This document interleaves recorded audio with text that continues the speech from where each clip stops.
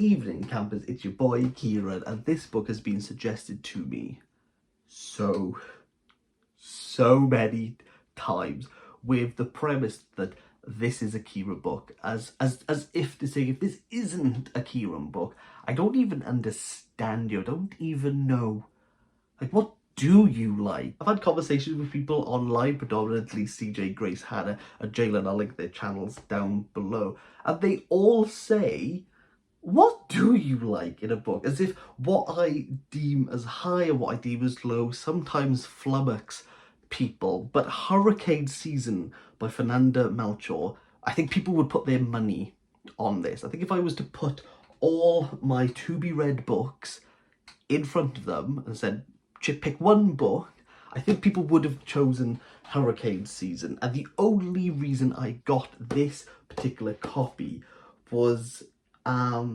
really unexpected. Erin, who I'll link her Instagram down below, responded to a story of mine, and she said, I'll send you the book if you want. Like, really, like, just like a lovely gift. So she sent it to me from Canada. Send some love her way, because yeah, pretty spectacular, to be honest. And this arrived 3 days ago, and I finished it. I kind of just like went through it, and this book is something. This book is something. Before we talk about plot structure, what the author's doing, it might be a surprise to you, as it was to me, that this is just a wall of text. But don't think I was intimidated. I read 300 pages of Duck Newburyport. I had prior experience, and I wasn't gonna let it go to waste. Hurricane Season is the perfect example of when a book delves into topics that are ultra violent, sexual, deviant, repulsive, transgressive, but does it in such a way that does not impede the story. In fact, it makes the story, because everything that happens here, Melchor is talking about it. She's using those examples in order to highlight something about the characters. And as this story weaves its way across 8 chapters, all the information you will learn is going to build. It's going to build on top of one another. I've read a fair share of what I class as in-your-face books, and this has beaten Lolita in a book that I had to put down and walk away and go, okay, this is happening. Hopefully that gives you a small insight of what this book is, but understand, people don't go out of their way to read sections like this.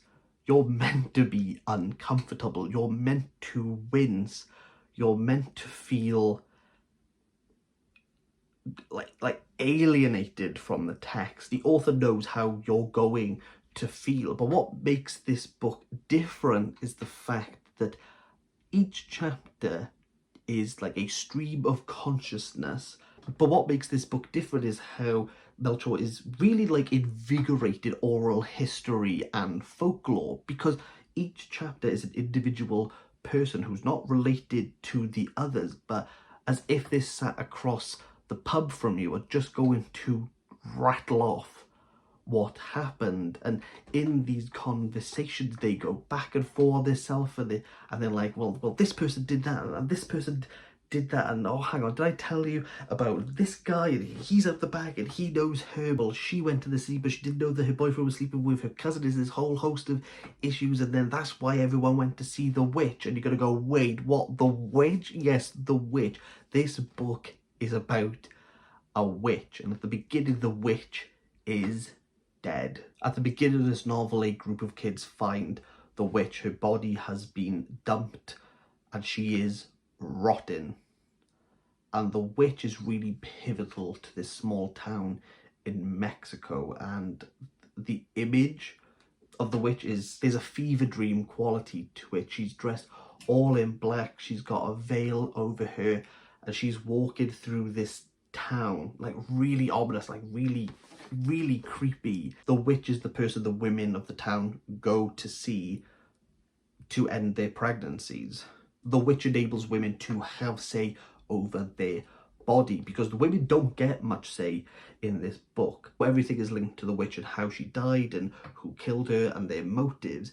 This book is an exploration in being macho, in being a man, in the darkest alleys, in the worst of situations where men rely on themselves, they rely on power, they rely on dominance, they rely on violence in order to keep themselves in a hierarchy that they deemed fit. And the men are trying to find ways to gain power, because without that they have nothing. They use and abuse everyone in order to give themselves a reputation, be that in the immediate or be that in the external. It doesn't really matter, as long as they are the predominant person within their little enclosures. That's all that matters. Everything else can just evaporate into the desert heat. And the way that Melchor has narrated this, you don't even have like a chance to pause and stop unless you decide to remove yourself from the conversation.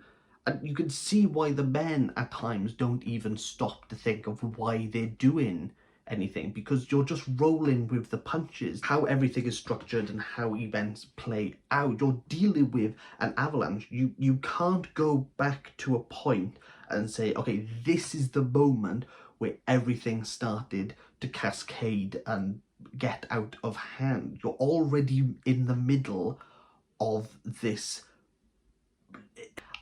I don't even know how to describe it, but it's akin to falling through smog. It's suffocated. You can't really see any logic or what's going on around you, and you never know when it's going to stop.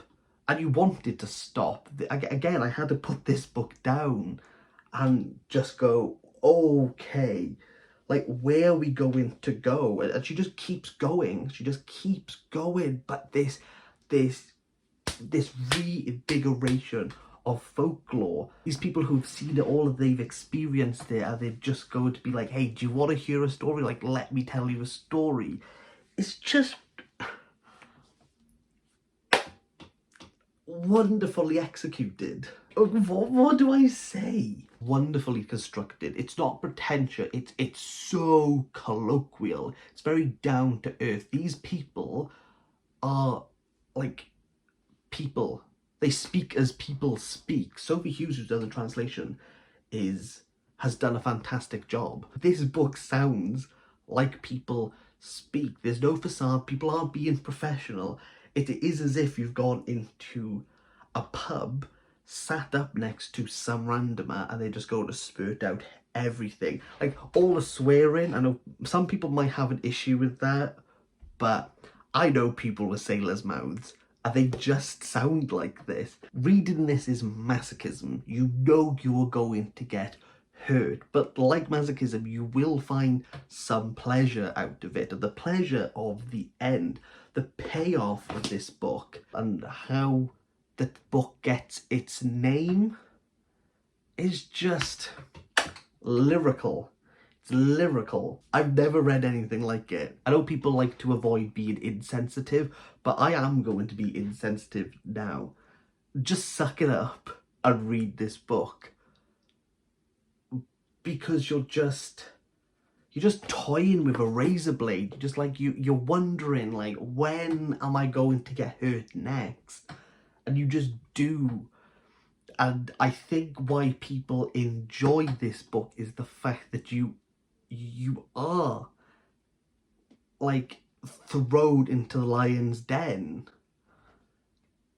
and it works. It works. You're exhausted, you're tired, you're thinking, why on earth would I pick this back up at the end of a chapter? And you do, and you read it, and you squirm, and you writhe, and you sit down, and you're mentally drained. And then you get to the end, and you want more. This was brilliant. 9 out of 10. Absolute 9 out of 10.